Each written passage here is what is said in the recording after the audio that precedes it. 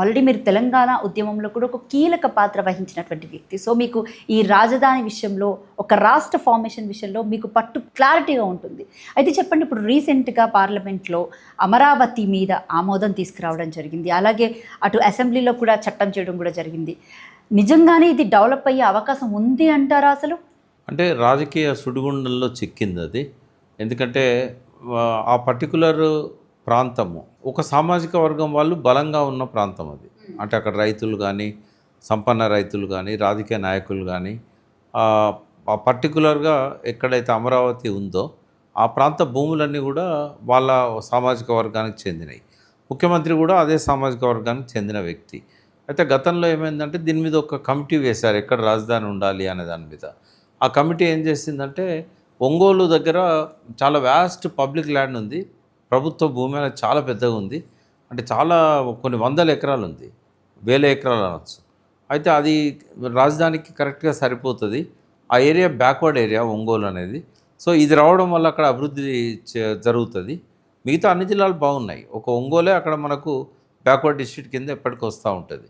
అయితే అక్కడ రాజధాని నిర్మించాలని వాళ్ళు సిఫారసు చేస్తే కాదని చెప్పి తన సామాజిక వర్గం బలంగా ఉన్న ప్రాంతంలో అభివృద్ధి, అంటే ఇప్పుడు కూడా మన చంద్రబాబు నాయుడు విజన్ ఎట్లుంటుందంటే, హైదరాబాద్లో కూడా ఉమ్మడి ఆ రాష్ట్రంలో ఆయన సైబరాబాద్ హైటెక్ సిటీ ఎక్కడ పెట్టాలని ఆలోచించి అది వస్తుందా ఇంకొక కొద్ది రోజులలో ప్రకటన వస్తుందని చెప్పడానికి ముందే తన సామాజిక వర్గం వాళ్ళకి చెప్పి పెద్ద ఎత్తున భూములు కొనిపించాడు. అక్కడ జయబేరి కావచ్చు, ఇట్లాంటి నార్నే ఇవన్నీ కొనిపించి ఏం చేశాడు, అక్కడ ఇక్కడ హైటెక్ సిటీ ఇక్కడ వస్తుందని చెప్పి, టెక్నాలజీ సిటీ వస్తుంది అని చెప్పి, అదివరకే చెన్నైలో టైడల్ పార్క్ అని, బెంగళూరులో వైట్ హౌస్, ఇట్లా ఐటీ ఎక్కడ ఉంటే అక్కడ డెవలప్మెంట్ ఉంటుంది.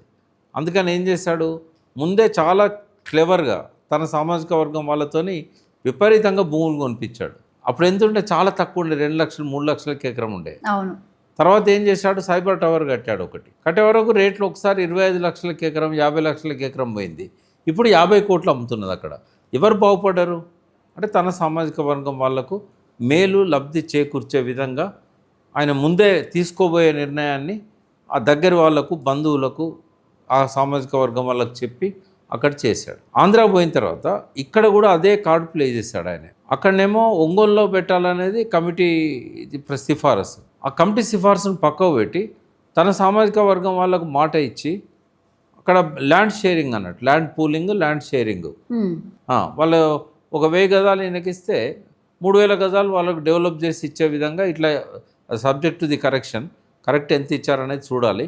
బట్ వాళ్ళకి ఏంటంటే డబ్బులు ఇచ్చడానికి బదులు ల్యాండ్ డెవలప్ చేసి ఇచ్చేటట్టు, రోడ్లు, డ్రైనేజు, వాటర్ ఫెసిలిటీ, కరెంటు, ఇట్లాంటివన్నీ. అంటే దానివల్ల రైతులకు బాగా మేలు జరుగుతుంది. అట్లా ప్లాన్ చేశాడు ఆయన.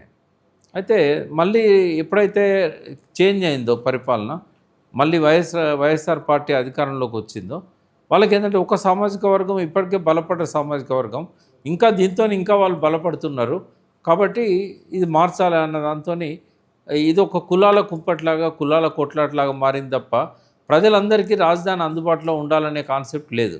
వాస్తవంగా కమిటీ సిఫారసు చేసిన దానిలో ఒక మంచి అంశం ఏంటంటే, ఒంగోలు అనేది రాయలసీమకు, కోస్తా ఆంధ్రకు అందరికీ అందుబాటులో ఉండే ప్రాంతం. ఇటు వైజాగ్ దిక్కుపోయే వాళ్ళకు కూడా పెద్ద దూరం ఏం కాదు అది, ఏలూరు అటు సైడ్ పోయే వాళ్ళకు కూడా. సో అట్లా మనకు ఇది ఉంటే బాగుంటుంది అన్నట్టుగా అనుకున్న దాన్ని కేవలం కృష్ణా, గుంటూరు జిల్లాలకు అందుబాటులో ఉండేటట్టుగా, ఒక సామాజిక వర్గం వాళ్ళే లబ్ధి పొందేటట్టుగా తీసుకొచ్చారు.